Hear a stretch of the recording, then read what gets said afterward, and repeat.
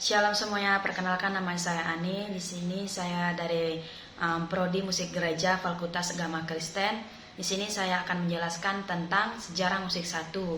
Di sini terdapat 3 peradaban, yaitu yang pertama Mesir, yang kedua Yahudi, dan yang ketiga Yunani. Di sini saya akan menjelaskan yang pertama yaitu Mesir. Baik, yang pertama itu ada sejarah perkembangan musik di zaman Mesir. Seperti yang telah saya paparkan di layar, yaitu ada beberapa gambar pada saat Mesir kuno. Baik, di bawahnya saya akan menjelaskan tentang Mesir. Yang pertama yaitu seni musik mengalami perkembangan zaman ke zaman. Perkembangan seni musik ditandai oleh adanya pergantian budaya dan menjadi penanda khas memasuki zaman baru. Sejarah mencatat keberadaan musik telah ada sekitar 55.000 tahun yang lalu, ditemukan pertama kali di benua Afrika, kemudian dikembangkan menjadi perubahan manusia. Yang kedua, sejumlah bukit sejarah ditemukan di Mesir terkait dengan adanya seni musik yang berkembang di masa itu. Menurut pada arkeolog, perkembangan musik di Mesir diperkirakan ada sejak tahun 3500 sebelum Masehi. Nah, hal ini dibuktikan dengan beberapa sejumlah alat musik kuno yang merupakan instrumen yang digunakan pada saat itu, yaitu ada benda berupa alat musik, yaitu seperti harpa, ada lira, ada mandolin, dan ada seruling seperti gambar yang di samping yang telah saya sediakan di samping itu. Yang pertama ada harpa, yang kedua ada lira, dan ada mandolin, dan ada seruling. Baik, yang pertama saya akan menjelaskan alat musik harpa.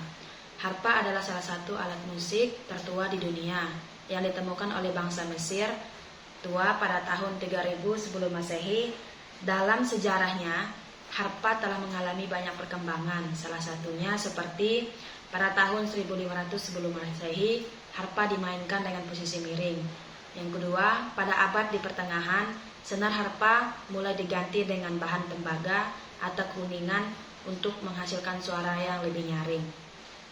Bentuknya segitiga dengan senar yang di tengah-tengahnya itu. Yang kedua, ukuran bisa mencapai 60 sampai 180 cm. Yang ketiga, memiliki bagian utama yaitu senar, papan suara, dan leher. Yang ketiga, senar harpa dapat terbuat dari sutra, usus, nilon, atau kawat. Senar yang lebih panjang menghasilkan nada yang lebih rendah, dan senar yang lebih pendek akan menghasilkan nada yang lebih tinggi. Harpa dapat dimainkan secara solo atau bersama orkestra. Harpa sering juga digambarkan sebagai alat musik para malaikat karena keindahan suaranya. Yang kedua ada alat musik lira. Lira adalah alat musik dawa yang terkenal dengan masa akustik klasik di Yunani dan masa-masa setelahnya. Cara memainkan alat musik lira yaitu dengan cara dipetik menggunakan plektrum. Seperti gitar atau sitar, saat memainkan lira, jari-jari tangan bebas menahan senar yang tidak dibutuhkan supaya tidak ikut berbunyi. Dan alat musik yang ketiga yaitu ada mandolin. Mandolin adalah alat musik petik yang termasuk dalam keluarga kecapi. Di sini ada beberapa paparan tentang musik mandolin, yaitu yang pertama mengenai bentuk. Mandolin memiliki badan yang berbentuk mirip seperti buah pir dan lehernya yang sempit. Yang kedua, senar. Mandolin memiliki 4 jalur senar ganda yang disertai secara serempak sehingga totalnya ada 8 senar. Senar-senar tersebut disetel ke nada biola, yaitu ada nada G, nada D, nada A, dan nada E. Dan cara memainkannya yaitu mandolin dimainkan dengan meletakkan jari-jari di depan fret sambil memetik atau menjepit senar dengan plektrum. Musik yaitu seruling. Seruling adalah alat musik tiup yang menghasilkan suara saat udara pemain mengalir melewati celah. Di sini ada pemaparannya tentang cara memainkan seruling. Yaitu seruling dimainkan dengan cara meniup, ujungnya yang berbentuk pipi. Saat meniup, ujung jari-jari atau tangan juga perlu membuka dan menutup lubang-lubang yang berfungsi sebagai penghasilan udara. Untuk fungsi seruling digunakan sebagai pengiring musik dan juga media pembelajaran siswa maupun siswa di sekolah.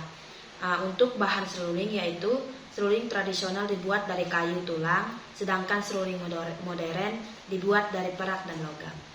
Nah, itu adalah penjelasan dari beberapa pemaparan alat musik yang ada di zaman Mesir kuno. Keberadaan seni musik pada zaman Mesir kuno mendapat perhatian khusus tidak hanya sebagai sarana spiritual, tetapi seni musik telah mengambil bagian penuh dalam peradaban bangsa Mesir. Peradaban bangsa Mesir dengan lengkap sejumlah aturan yang telah ditetapkan dalam keberadaan di tengah kemajuan bangsa Mesir pada saat itu. Nah, itu adalah sejarah perkembangan musik di zaman Mesir.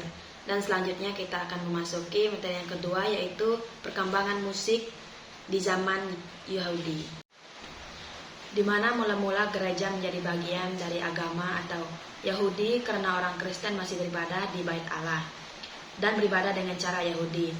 Lambat laun mereka mulai menjaga jarak dengan Yahudi, terutama karena penganiayaan yang dilakukan orang Yahudi terhadap orang Kristen pada permulaan gereja.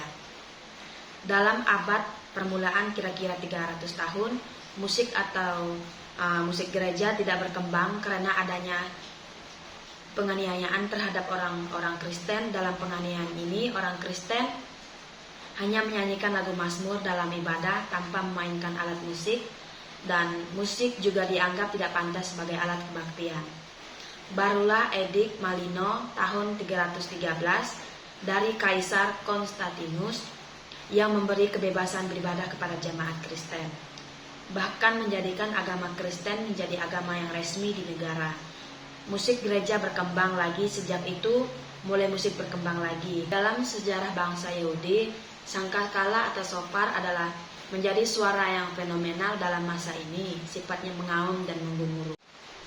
Untuk materi yang ketiga yaitu sejarah perkembangan musik di zaman Yunani, di mana dalam materi ketiga ini yaitu membahas tentang musik zaman Yunani kuno. Musik zaman Yunani kuno dimulai dari tahun 1100 sebelum Masehi.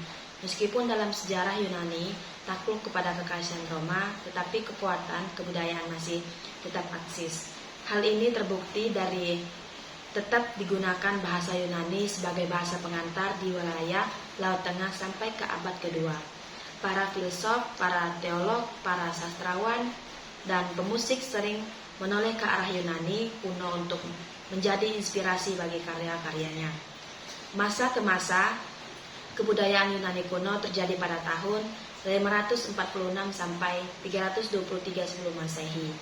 Pada waktu itu filsafat, kesastraan, seni, patung arsitektur, drama sains, dan musik berkembang sangat pesat. Menurut mitos, Yunani kuno musik memiliki kekuasaan yang ajaib, dapat menyempurnakan tubuh dan jiwa manusia serta membuat mukjizat dalam dunia alamiah.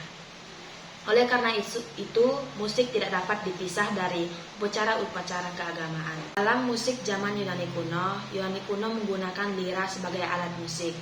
Lalu ada juga alat musik aulos, sejenis alat musik tiup yang terbuat dari kayu, seperti yang ada pada gambar. Zaman Yunani kuno menghasilkan karya-karya yang cukup dan monumental, bahkan banyak teori musik yang lahir pada zaman itu masih berpengaruh dan menjadi acuan sampai pada masa sekarang atau acuan masa kini. Baiklah, sekian materi yang dapat saya sampaikan. Mohon maaf jika banyak kekurangan dalam pengucapan. Tuhan Yesus memberkati.